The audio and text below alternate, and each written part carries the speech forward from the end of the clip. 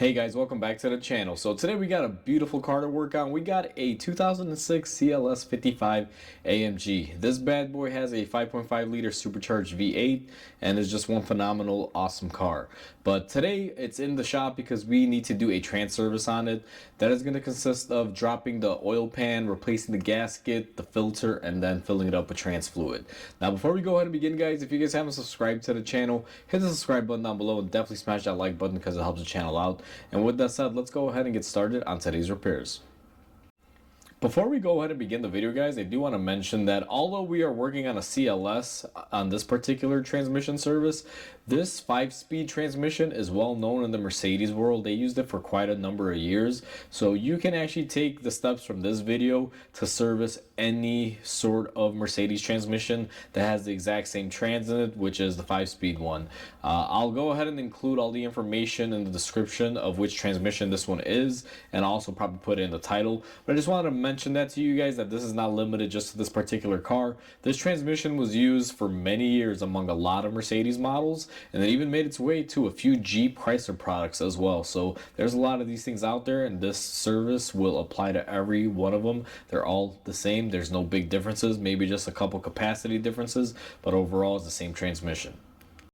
So where you're going to want to begin, guys, is obviously get the car supported up in the air. Here at the shop, we're going to be using our lift. At home, you got to do whatever you got to do. Just make sure that when you lift it up for the level check and everything, that the car is level when you're doing all of those procedures.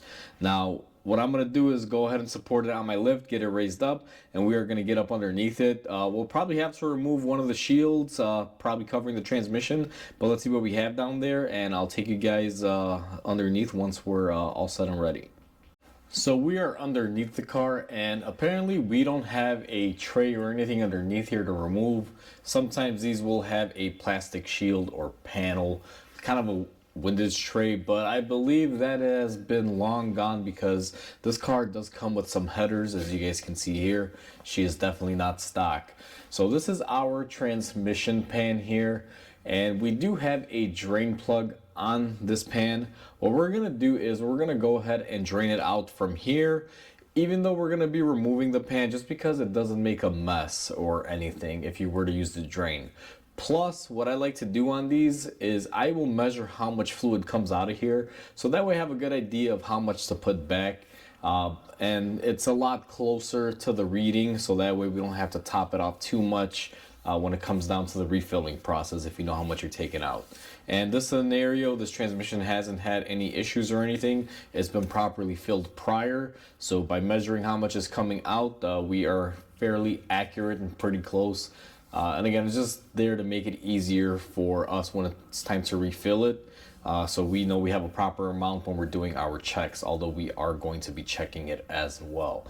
So I'm going to go ahead and grab a few tools, guys, and let's get started. So we got a few tools here. First off, you need a drain pan and something to measure the fluid with. I have my 2-quart container, and I know this is going to have more than 2 quarts in it. So when I get up to the 2-quart line, I'll plug this up with my finger, empty it out, and refill it. Again, we're just trying to get a base measurement of how much to start off throwing in there. And you will need a Allen style socket in the size of a 5mm on a ratchet to be able to break this loose. And you're just going to insert it in there, guys. Make sure she's fully inserted and go ahead and just crack it loose. Once you crack these loose, it's pretty simple. They can unscrew just by using your hand. Now what I'm going to do is start unscrewing this as I hold my measuring container underneath it, and just try not to make a mess. Sometimes this can be just a little messy, and this fluid, believe it or not, looks like it's in pretty good shape. Now I will say the owner of this car is very good with servicing and maintenance. He takes absolutely great care of this car.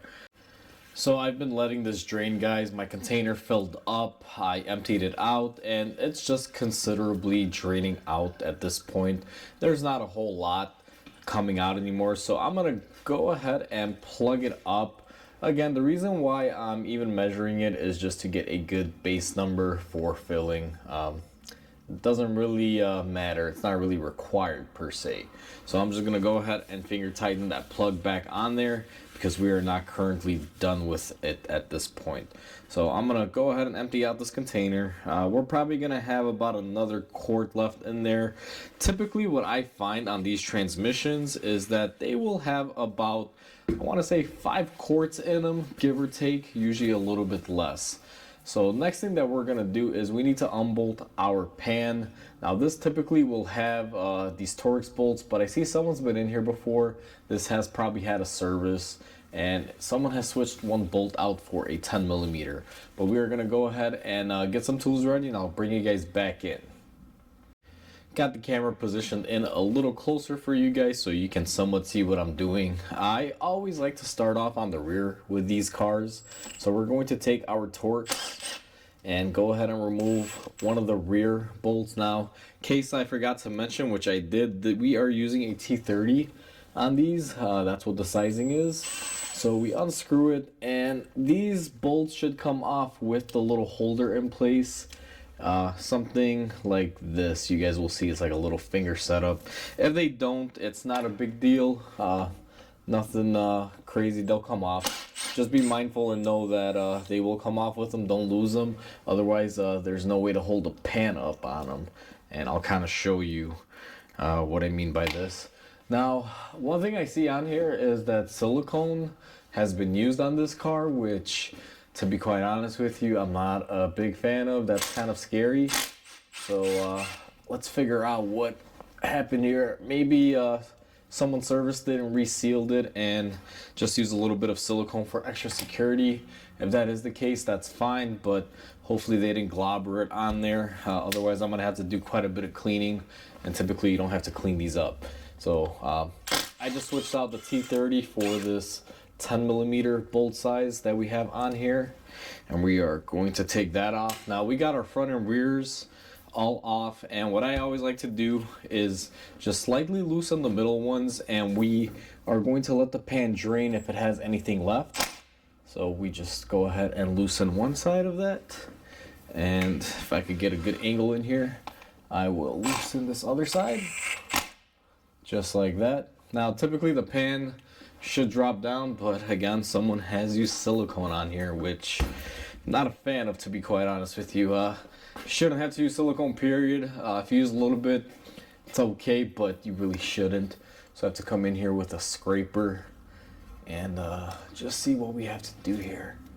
So let's see if we can just wedge this open, and we got to be very careful here not to hurt the sealing surface. But to be honest with you, it looks like the silicone is going to be a real pain on this. So I'm gonna have to get this off. What I'm gonna probably do, because typically you won't have this issue on your car, because this should not be siliconed in here. Like I said, guys, it should have a gasket. Unless I can get this in right now, I'll probably have to do this off camera. Now I'm not so worried about the gasket because we do have a new one, but I'm more worried about damaging the pan at this point, because this thing should not be this stuck on there.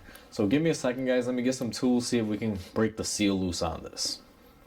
Alright guys, I'm back, and this thing has really been glued on here. So what I had to do was I just grabbed a pry bar and came back here very gently and just started prying down little by little and kind of moving it around.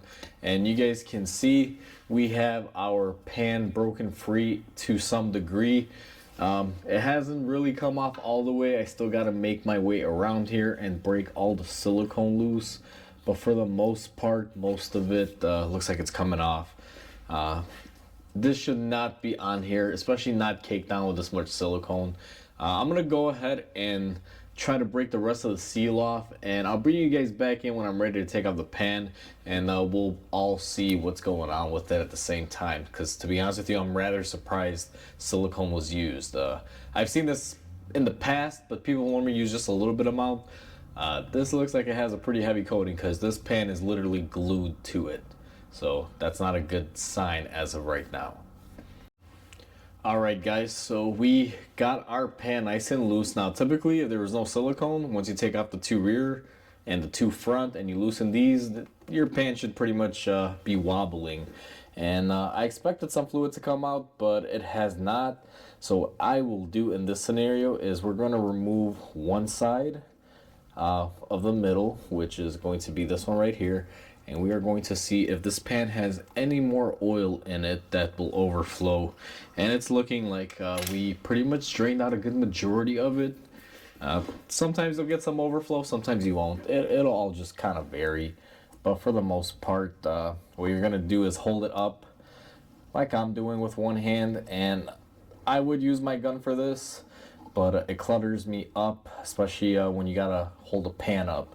So firmly hold the pan as you unscrew your last bolt and keep pressure on it, because you definitely don't want to drop this because there will still be some oil in it. And what we're gonna do is drop it nice and easy. Now this thing is still glued on here. Something is still holding it into place, which is going to be right here. This gasket is firmly attached. Now we're gonna pull it off, and I'm just going to lay this pan down here nice and easy. Now you guys can see we have access to our transmission. We got our filter access and everything right there. And the reason why I take the pan off slowly, I'm gonna just correct you guys this way. If you look at the pan, there's still a lot of oil left in here that didn't drain out. So that's why you want to be super careful when you take these off. What I'm gonna do is let this transmission drip a little bit more, get as much of the fluid out. And we should probably actually take the filter off too to get the most drain back out of it. All you gotta do is just pull on this and you'll get more oil coming out, just like that. We're gonna be replacing the filter anyway, so taking it off now drains out the valve body a little bit better. We get a little bit of extra oil out.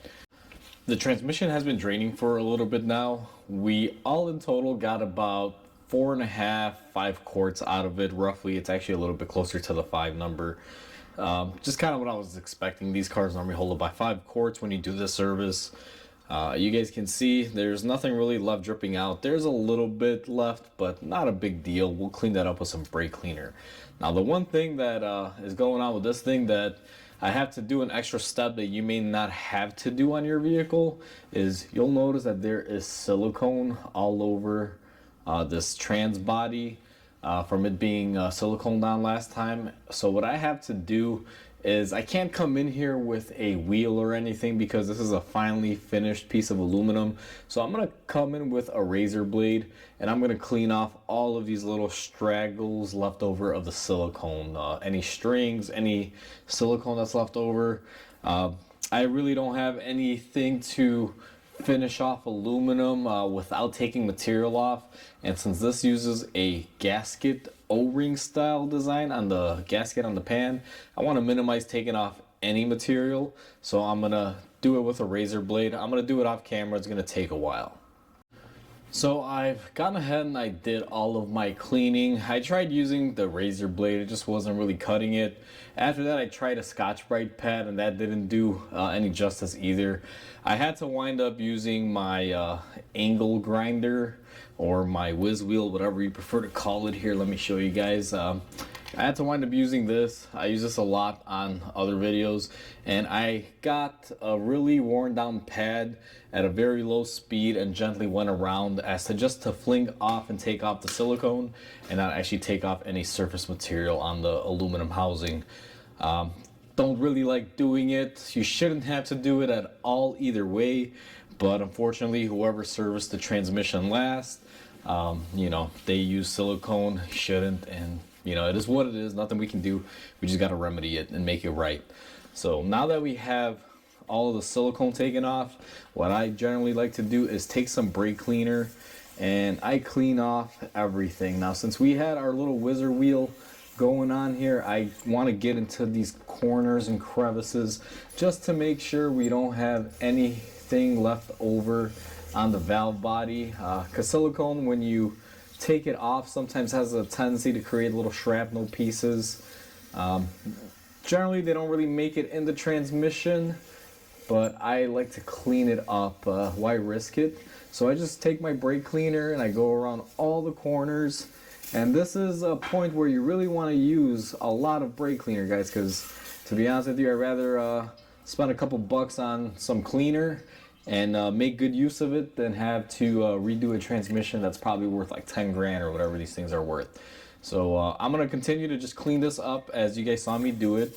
I'm actually going to fill up my brake canister a little more here because this one's almost out of brake cleaner.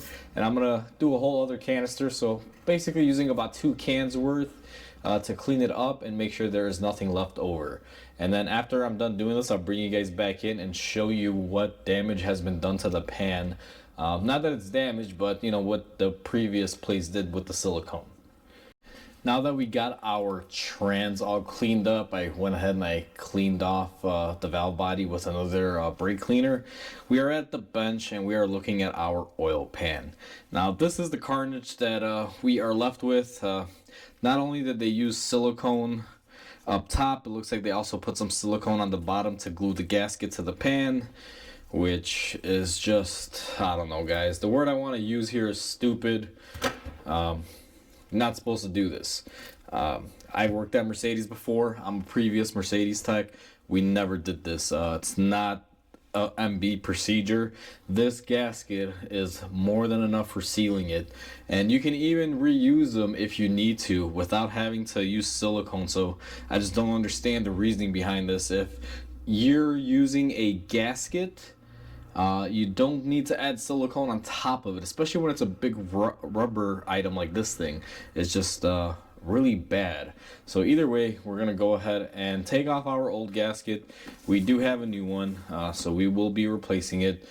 And now we just got to clean up our oil pan. So I'm trying to think of a good way to clean this up because I've never really had to clean these, but I figure I'll come in here with some cloth that's a little bit gritty, like a Scotch-Brite pad or something, and just clean up everything. But the worst part of it is on the inside here. You guys see how there can be extra silicone. I can probably pull this out, stuff like this. This is what's really scary. Gotta make sure I get all of this crud off of here. Now again, if your car didn't have a silicone pan, you don't have to deal with any of this, guys. This thing is just one of those jobs that is throwing me a curveball.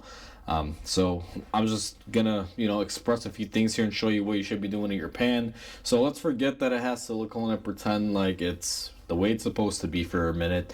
And what we're gonna be doing if it was normal is just take off your old gasket, chuck it in the trash, or reuse it if you plan on reusing it.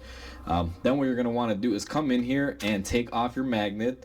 Now these magnets are a bear to get off. You almost need a little flathead screwdriver to stick up underneath there to get these things off. Now this one is fighting me.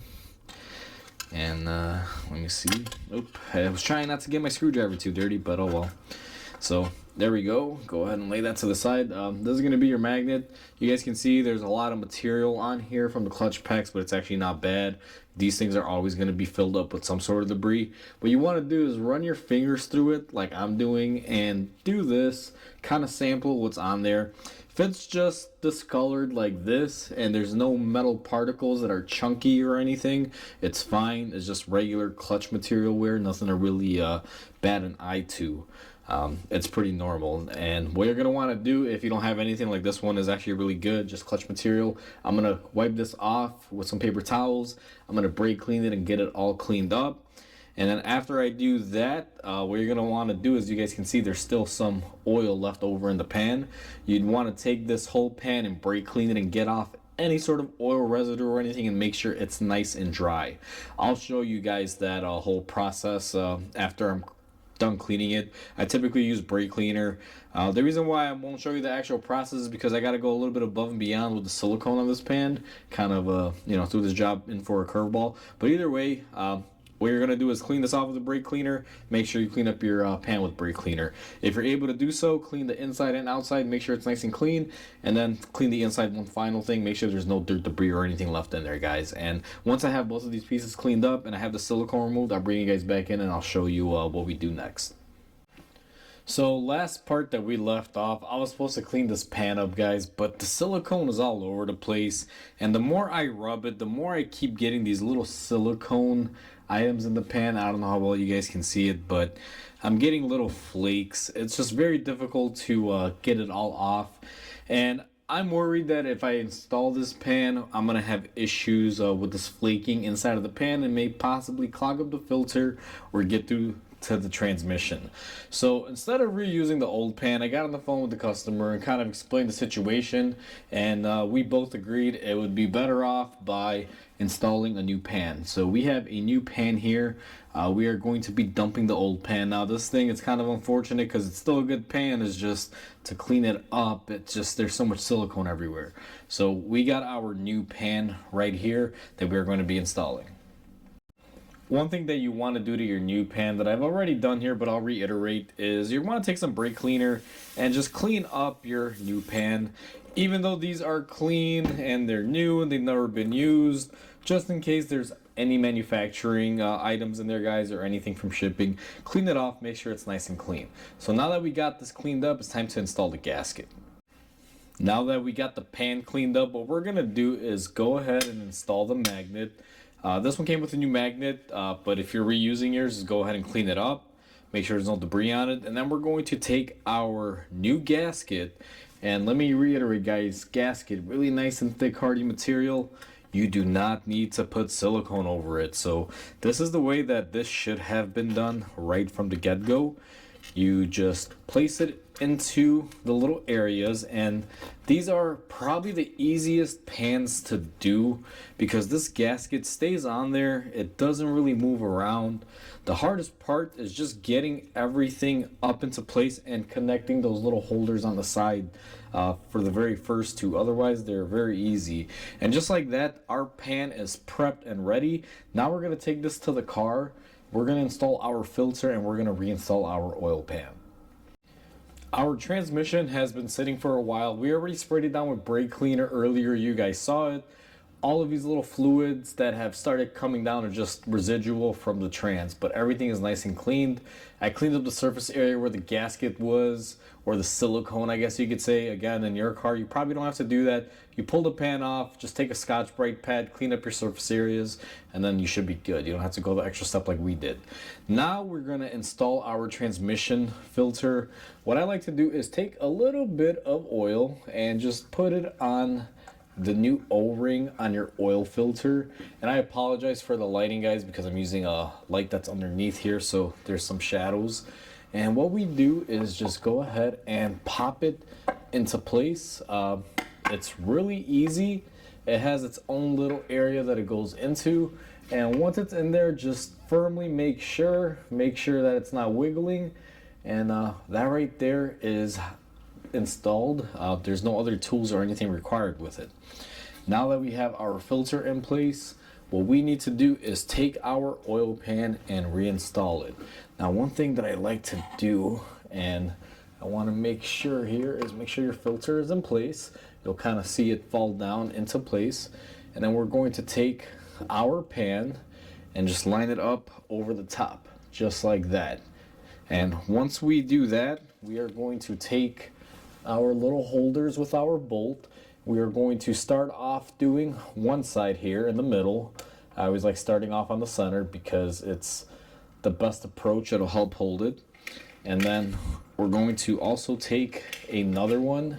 And this is probably as difficult as it gets on this, at least when it comes to the pan.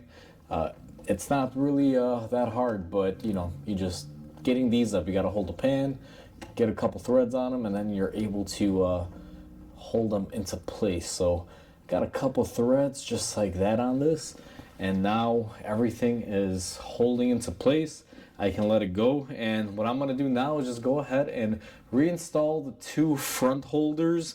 Now keep in mind the front right corner is going to have a different style holder. Keep track of them, and the reason why it's different is because there's supposed to be a shield here that this car didn't have, so just be mindful of that. I'm going to go ahead and install the rest, get everything torqued into place, and once I have that done, I'll bring you guys back in. Alright guys, so we have everything tightened and torqued up, and one thing that I always like to do on these, just to make sure that we're not going to have any issues going forward, even though this is a new pan, I like to check if that is tight or not. So we're going to take our tool and just make sure that the drain plug is on there. Never assume that these are tight. I've found that sometimes they can be loose, so just you know, do your own check. Now this one is good to go, and what I'm gonna do just to make sure is I'm gonna go around the perimeter, make sure I have my oil catch pan underneath, and just clean up my area. Get any sort of oil along the sides that may have blown when we were cleaning the actual transmission valve body with the brake cleaner, just so we don't assume that we have a leak afterwards, because after we run the car for a little bit, we're going to come back down here and make sure that we have no leaks or anything. Now I'm not going to record that on camera, but always work cleanly, make sure your area is good to go, so that way it's not an issue later on if you have to come back in and check it out to make sure there's no leaks. It's always the best policy, but again, everyone has their own method. So now that I got brake cleaner all over, I just use a blue shop rag, go around, clean up my areas, any wiring or anything where anything might have gotten on that's oil from the transmission, and just make it nice and clean like that. So now if we have any leaks from our gasket or anything, we will definitely know. So now that we have that all set, let's go up top and let's go ahead and top off the transmission. Now we have the car lowered and it's time to fill our transmission. This particular car has a couple modifications when it comes to the filter air box. Has a Rentec mod on there, so I believe this thing is tuned by Rentec. But we need to get behind here, behind the air box. We should have a transmission fill. Now what I'm going to do is very carefully bring the camera in there so you guys can see. But if you look right there, we have this little transmission filler tube. Typically there's a lock on here, it should be about right there, but it doesn't have it. So what we're gonna do is go ahead and pull this cap off, and that'll give us access to our transmission fill. Now to show you guys a little bit on this cap, because a lot of you are not going to be able to get it off that easy, this is what it looks like. And right here it should have a red little locker that this one does not have installed, so the cap is just free floating on there. You always want to make sure that lock is in place because you don't want this popping off and possibly water getting in there. So again, seems like whoever worked on this last, they missed a lot of steps, and I'm just gonna leave it at that. I've already talked to the owner about these small little issues, and you know, we've figured a few things out. So regardless to say, I'm not gonna badmouth anyone, but in case you guys are wondering, no, the owner was not the person who worked on it last, neither was I. This actually went to a professional shop, and I just say they were not as professional. But either way, now that we have that off, what I'm gonna do is go ahead and grab a funnel and put it in place there so we can fill up our transmission. So I got my trans funnel. I use this little blue one just because you don't really need a really big one. I made sure to clean it out, and what I'm gonna do is go ahead and insert it into my fill tube. Make sure you guys don't have a dirty funnel, because if you do, that'll cause a lot of issues. Now what I'm gonna do here, guys, is move my lighting. Hopefully it'll stick on here somewhere so you guys can see the process. Let me set it up right there. Hopefully the light doesn't block the camera view. And what we're going to be doing today, or what we're going to be using on it, I should say more, is this Liquid Moly ATF Top Tech 1600. Customer supplied me these oils and filters and everything, so this is what they want to use in there. And I believe this is the original stuff that originally Mercedes used. They just rebox it, but don't take my word for that. So we're gonna go ahead, and we pre-measured when we drained it how much we took out, so I'm gonna fill it up with that amount, and then what I'm gonna do is do my safety checks and see what we need to add. But typically, from my experience, it takes about anywhere between 4.5 to 5 quarts. So we're gonna go ahead and fill up our transmission. And if you don't have a funnel, if you're using these bottles, you guys can see they have a little spout on them, but I don't want to make a mess, so I just do it this way. And it's gonna take me a little bit, so I'll cut the video here, and I'll come back with you guys once our transmission is filled up all the way. Alright, so it took a little while, but we got the fluid in there. So what I'm gonna do next is go ahead and take my funnel out. I'm just gonna set that to the side because we may be needing it to top it off if we need to add a little bit more. I'm just gonna clean up my area here a little bit. A little bit got on this cowl when I pulled it off.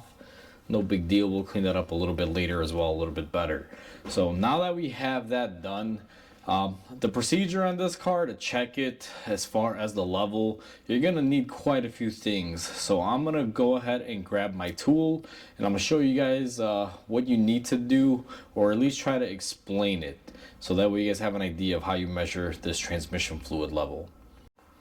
So when it comes down to checking your transmission level after you filled it on these transmissions, guys, you need to have a specialty tool. Now there's two methods you can employ here, and one works 100% of the time, and one is I guess you could say, estimate.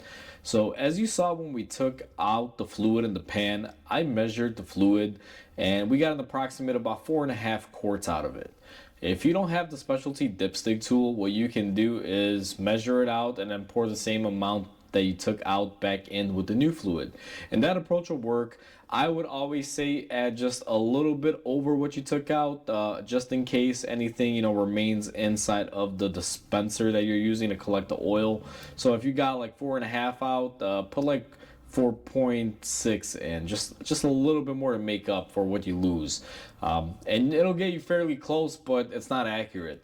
The best way to do it and the correct way to do it would be to have the specialty dipstick. Now, as you guys saw, this car has a safety seal cap on there. It didn't have a dipstick. So Mercedes makes a tool, or variety of tool makers make a special dipstick similar to this that you can use on it. Now my dipstick, this is not the one that you use on this car. I just happened to grab this because I had it handy. I actually gotta find mine. It's in my junk drawer, and it's piled underneath a bunch of stuff because I don't use it quite often, because I don't see these that often anymore, especially the 5-speed transmissions. And then the 7-speed transmissions for Mercedes have a completely different process. They don't even use a dipstick at all to measure them. But either way, the way you do it with the dipstick is you're going to get the temperature on the trans up by letting it run. Typically, I would say don't drive it because you don't know how much the level is at. So you want to just let it run in the stall, get it hot. And the dipstick that you're supposed to use on there has a number scale on the end going from 1 to 12. And typically, it'll tell you if you have this model transmission at, let's say, 80 degrees on the temperature scale. If the transmission is up to that temperature, you should be at number 5 on the level on the dipstick. And that'll help you when it comes to gauging if you're full or not, or if you need to add. And the way you use the tool typically that a lot of people get confused on is you just stick it where you filled up the oil, where we remove that cap, and you just poke it all the way through, guys, and you'll feel it bottom out and stop. Once it bottoms out and stops, just hold it there for a second, pull it out, and take your reading. It's really quite simple. Like I said earlier, for the sake of the video, I'm just going to explain the process, then actually show it, because there's not really too much I can show. It's just me starting up the engine, letting it run, looking at my scanner, getting it up to temperature, and then using the same method with the dipstick that I have made for this transmission to measure it out. It's just a tedious process. I want to cut down the length of the video, so it's not too tedious. But that's how you check the transmission level on it, guys. And once you do that, you reinstall your cap. Now I'll probably be back with you guys after I check my level and we got a current status reading on it, and I'll show you the next step. Well, guys, it's been a second for you, and it's been about an hour for me. Went ahead and I ran the car, checked the level. Everything is topped off perfectly, so we are good to go. I did have to add just a little bit. Like I said, even though I measured it out at 4.5, it took just a little bit under 5. It was like 4.7. So we were fairly close. So you guys can kind of see that the method of measuring does work. Now that we have everything topped off, we don't need any more access to our filler tube. We have a new safety cap seal here, and we also have the missing red lock tab. And the way these work, I just wanted to show you guys, is once you put your cap on, you're going to take your red lock tab and you're just going to push it into place. Now, it's been a while since I did one of these, so let me see exactly. So it goes like that. All you're going to want to do is push it in there, like so. Hold on, I just had it. So it goes in just like that, guys. And then what you're going to want to do is push it in all the way. And what it does, it'll lock that finger tab in there from coming out. What I always do is just put it in just like this, where I'll leave it loose. And now I'm going to take it, and I'll get you guys kind of zoomed in the area, but I'm not really going to hold the camera in there because all you're doing is popping it on. So what I'm going to do is, let's say my hand is a dipstick tube. We're going to put it on the dipstick tube. Once it's firmly in place, it doesn't go anywhere, we're going to go ahead and push the red lock tab on there. It's really quite simple. Doesn't take a whole lot, you know. Real quick thing here. So my cap is on, pushed it all the way. I don't know if you guys heard that click. And now what I'm going to do is pull up on it, make sure it's locked into place, which it is. So everything is beautiful on there. Now that we have that done and our trans is up to the right level and everything is good to go, we are pretty much all set. Alright guys, so we are all set and done with this transmission service. It's really simple to do, it just takes a little bit of time. This one actually took me a little bit more time because whoever worked on it prior had done some things that you just shouldn't be doing to it. But either way, we've corrected all those issues. She is back up to the way she should be. And it's a pretty simplistic job. As long as you follow the proper steps, you're able to do it. And as long as you got the right tools. So with that said, guys, hopefully you guys enjoyed this video. Please comment, like, and subscribe because it definitely helps the channel grow. Hope you guys have a wonderful day, and I'll catch you guys on the next video.